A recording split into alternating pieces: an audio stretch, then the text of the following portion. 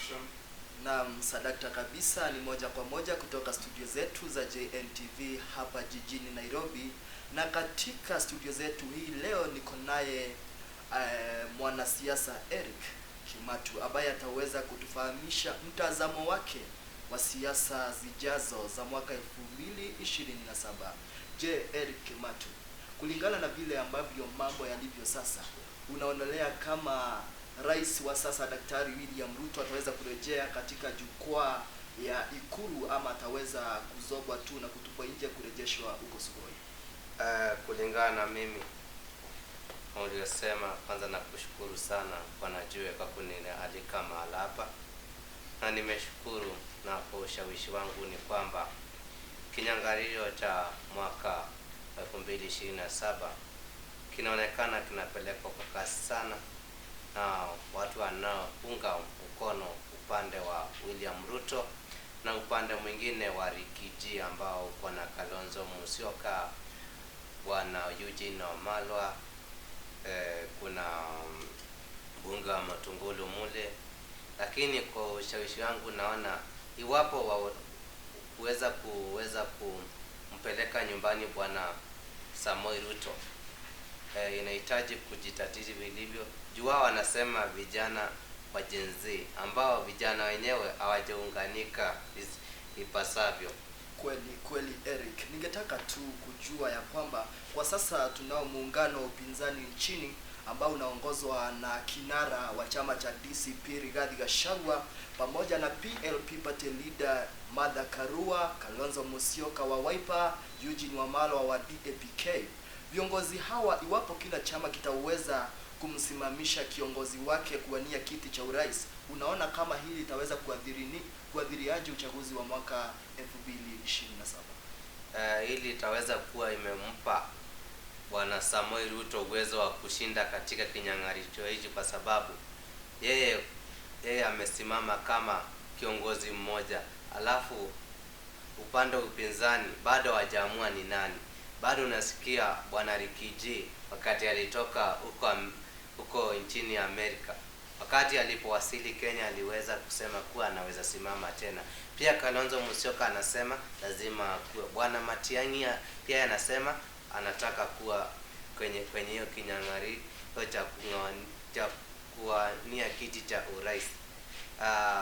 Kufikia sasa bado hawajaweza kuamua, na hivyo inampa rais uwezo mkubwa wa kurudi tena miaka 5.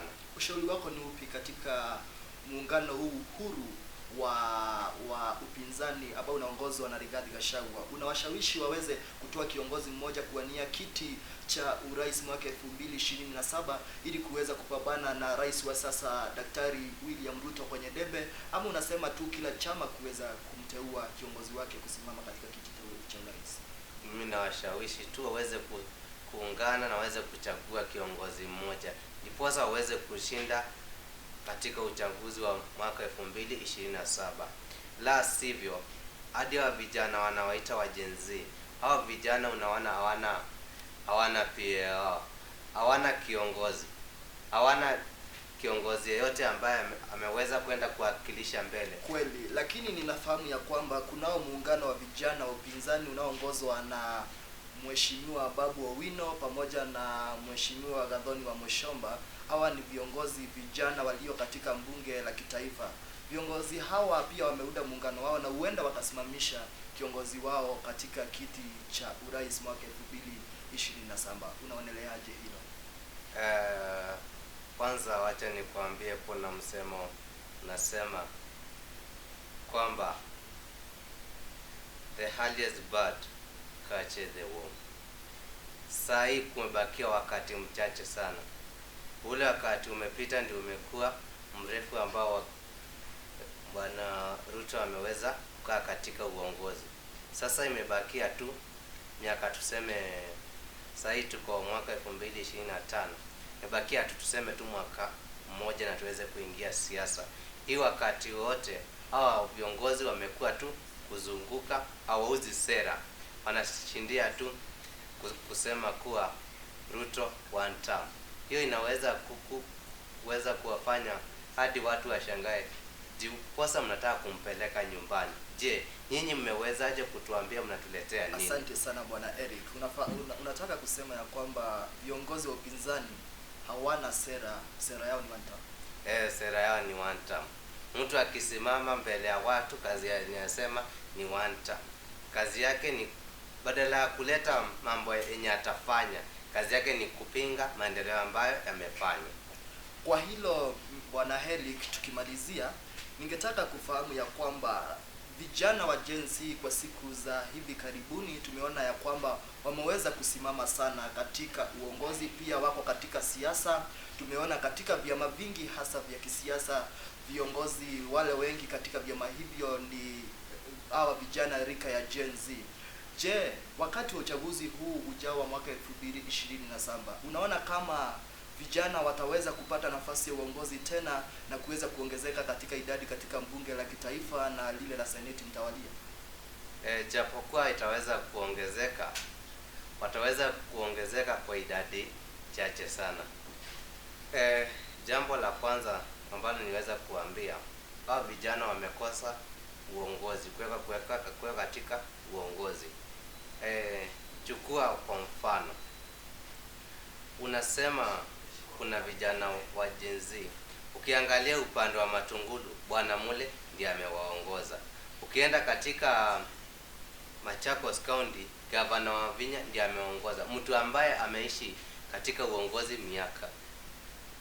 Kwa hilo unasema ya kwamba vijana ambao kuwa wanaongozwa na hawa viongozi wa kongwe, hawa akina baba Raila Odinga, viongozi kama Rigiji, anafaa kuachia mtu mwingine kuweza kuongoza chama chake ili kuweza kupata vijana katika Ikuru, pia katika bunge la kitaifa na pia la seneti? Sisemi hivyo, lakini wanapaswa kupewa nafasi hata kama siko juu, nafasi za chini.